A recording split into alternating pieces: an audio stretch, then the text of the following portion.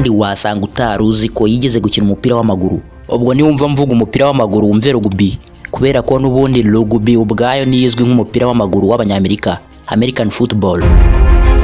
Ahari wenda ni warunazi yuko sekuru, nyirakuru ndetse na se bakinnye umukino wa wrestling, umukino wa kaci. Numwe mu bagabo bake ku isi bafite imiterere y'akataraboneka ku burebure bwa metero 1 na santimetero 93 n'ibiri 118. Ibi ngibi n'ubundi byatumye mu mwaka wa 2016 atorerwa kuba umugabo wa mbere ukurura abo badahuje igitsina. Akomoka muri Leta Zunze Ubumwe za Amerika, n'umukinnyi wa filime kabuhariwe, ariko nanone akaba wakanyujijeho mu mikino yitwa wrestling izwi nka kaci. Umukino n'ubundi nabwo yari icyamamare cyane kubera yuko yari umuhanga muri wo, aho yadundaga abantu butitsa.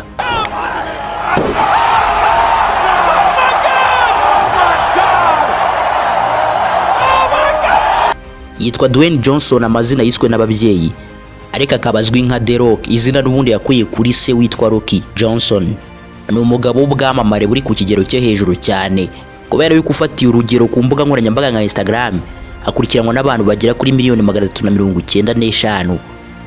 Uko kwamamara rero kuza gukurikiranye no kuba ari umuherwe, afite $800,000 z'amadolari ya Leta Zunze Ubumwe za Amerika. Ubwo yashyize mu manyarwanda nta mafaranga byakugora kubara, kubera yuko asaga trillion y'amafaranga y'u Rwanda. Dwayne Johnson ni umugabo wa Lauren Heshian byemewe n'amategeko kubera yuko bashyingiranywe mu mwaka wa 2019. Si ibyo gusa kandi ni se wa Avalene, umukobwa w'irukumbi w'ikinege. Muri iki kiganiro tugiye kurebera hamwe ubwamamare bwa Dwayne Johnson ukunzwe na benshi mu isi, aho bwaturutse kuva kivuka agakina umupira w'amaguru, agakina umukino wa wrestling aho yari akurikije se ndetse na sekuru, bombi yafataga nk'icyitegererezo, agakina amafilime ndetse n'ibindi bitandukanye yakoze bimugeza ku bwamamare afite ku munsi wa none. Marvin ninge, niba ari ubwa mbere ugeze hano ukanda subscribe ndetse ukane no kunzogera, maze byose byiza bibera hano bijye babasha kukugeraho.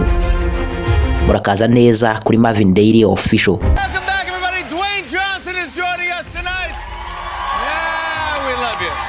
Iwabo bavuka ari abana batatu, we n'abavandimwe be Curtis Boris ndetse na Wanda Boris. Reka tugaruke mu myaka 51 ishize, tujye ku itariki 2 Gicurasi mu mwaka wa 1972. Hari mu gitondo gituje, mu by'ukuri kimeze nk'ibindi byose, ariko ku babyeyi ba Dwayne Johnson bwo hari igitondo cy'agatangaza ubwo bibarukaga umuhungu wabo. Birumvikana na nyir'ubwite w'ubwe uwo munsi ntabwo ajya wibagirwa kuko ni wo munsi yavutseho. Icyo gihe witwa Matanifige Marietta Fitisemanu waje kwitwata Johnson nyuma yo gushyingiranwa n'umugabo we Rocky Johnson. Bari batuye hitwa Howard muri Leta ya California, maze kuri uwo munsi bibaruka umwana wabo ari we bise Dwayne Johnson. Gusa nubwo Dwayne Johnson yavukiye muri Leta Zunze Ubumwe za Amerika akiri umwana mutoya cyane, bahise bamujyana kurererwa ahitwa Auckland mu gihugu cya New Zealand, ari naho habaga umuryango wa nyina umubyara. Aho ngaho Johnson yakuriye. Muri ako gace bari abantu bakunda gukina rugby, maze Johnson nawe akabiyungaho agakinana nabo uwo mukino.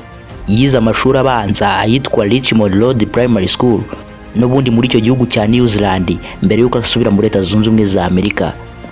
Mu mwaka wa 1983 se wa Johnson ari we Rocky Johnson yari kabuhariwe mu gukina umukino wa wrestling wundi uzwi nka kaci. Akaba yari yarakoze ikipe we na mugenzi we w'inshuti ye witwaga Tony Atlas. Ubwo iyo kipe yaba bombi bari abahanga cyane muri uyu mukino, bakajya baterura ndetse banadimba hasi abo bahanganye umunsi ku munsi.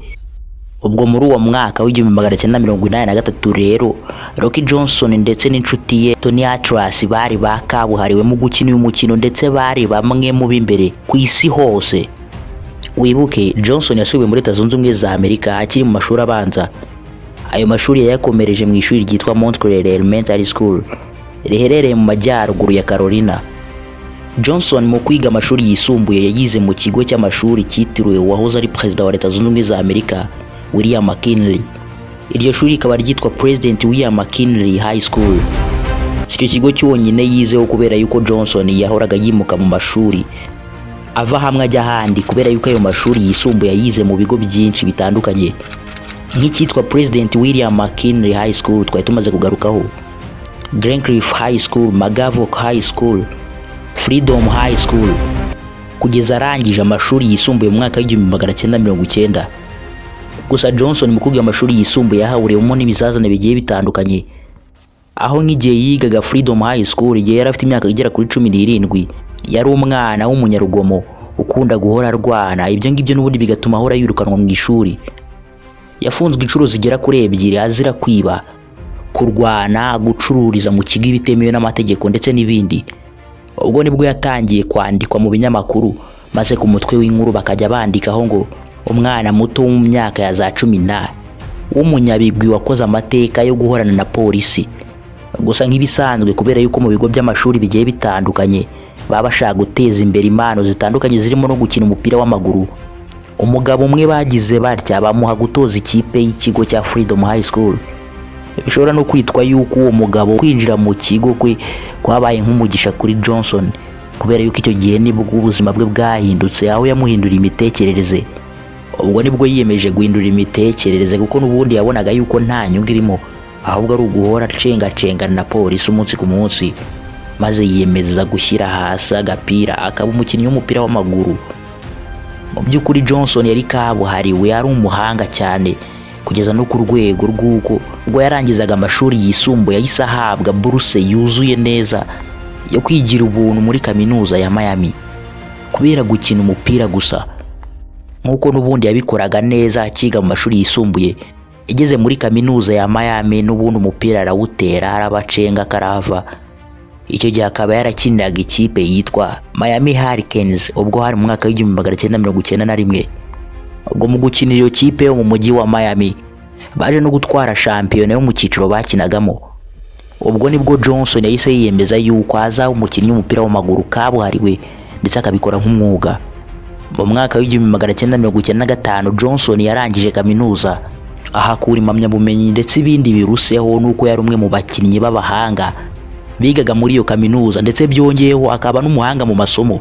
Ikindi kiruta ibindi nuko muri iyo kaminuza niwe wari uzwi nk'umuntu wa mbere w'umuhanga mu wize muri iyo kaminuza mu kuvugira mu ruhame.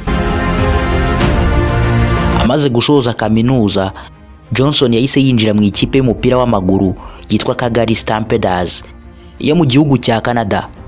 Icyo gihe yabaye muri iyo kipe kugeza umwaka w'1995 urangiye. Ariko igitangaje wari umukinnyi w'umuhanga mu mupira w'amaguru. Yahise yindura inzozi ubwo hari mu mwaka w'1996 maze akurikiza sekuru, nyirakuru ndetse na se. Ubwo yahise yinjira mu mukino wa wrestling. Uwo rero wari umugabo muremure w'igihagararo, imbaraga n'ibigango byari bimworoheye cyane. Yabonaga n'ubundi wrestling ari nk'imuhira, maze atangira guterura abantu butumba bahindanya hasi. Ubwo mu gutangira gukina iyo mikino yahise yiyita The Blue Chipper. Birumvikana byari ibintu kuri we yumva nk'ibintu by'agatangaza, kuba inyuma ye yari ashyigikiwe na se, sekuru na nyirakuru n'ubundi bari barakanyujijeho muri uwo mukino. Nibwo yaje guhindura izina yiyita Rocky Mavia, afatanyije izina rya se n'irya sekuru, maze nyuma yaho nabwo ararihindura ahita yiyita The Rock, gutyo ari naryo zina yamamayeho kugeza na n'ubu uzi nanjye nzi. Ubwo guhera mu mwaka w'1998 byari ibihe bye byiza muri uyu mukino, aho guhera mu mwaka w'1998 kugeza mu mwaka w'2000 ku bakunzi ba wrestling yari umwe mu bihangange biri ku isi. Ubwo muri ubwo bwamamare bwe bwari bumaze kugera ku kigero runaka, mu mwaka w'2001 bwatumye atumirwa muri filime yitwa The Mummy Returns. Ubwo rero ahero bwatangira gukora imirimo ibiri, agakina umukino wa catch ndetse rimwe na rimwe agakina muri za filime. Ariko bigeze mu mwaka w'2004 yafashe umwanzuro w'uko agiye gukina filime kandi by'umwuga, maze asezera mu mukino wa wrestling tuzi nka catch. Nyuma yaho none yagaragaye mu mafilime y'ibitangaza agiye atandukanye, aho yakinnye muri filime yitwa Hobbs and Shaw. Through that wall. Secondly, I'll have this job done while you're still putting on your baby oil. Jumanji. Who are you? Who are you? Who is she? Who are you guys? Fast and Furious, Black Adam ndetse n'izindi. Mu gukina filime noneho byabaye ubwamamare bw'akataraboneka kubera yuko filime zose zarebwe inshuro zigera kuri miliyari 12. Dwayne Johnson muri ubwo bwamamare bwe bw'ibice bitandukanye n'ubundi byatumaga atwara ibihembo butitsa. Ubwo yari agikina umukino wa wrestling yatwaye igihembo cyitwa 10-time World Champion, n'ubundi kimugira umwe mu bibihe byose mu bakinnye umukino. Si ibyo gusa n'ubundi nyuma yo kugaragara yuko ari umuhanga mu gukina amafilme nabwo yatwaye ibihembo bigiye bitandukanye. Ibyo bihembo birimo nka MTV Generation Award yo mu mwaka wa 2019, Kids Choice Award kubera ijwi rye ryagaragaye mu mafilme y'ibitente. Icyo ngicyo cyo akaba yaragitwaye mu mwaka wa 2018, 2020 na 2023. Gusa nubwo iby'imikino byose yabisize inyuma akiyemeza gukina amafilme, mu mwaka ushize wa 2023 yaravuze ubwe yuko agiye kwigarukira mu gukina imikino ya wrestling izwi nka kaci, maze akongera kubifatanya na filme. Icyo gihe ibyo ngibyo bitangaza hari mu kwezi kwa Nzeri mu mwaka wa 2023, ikaba ari inkuru yishimiwe n'abafana be kubera bari bakumbuye kubona The Rock muri ring.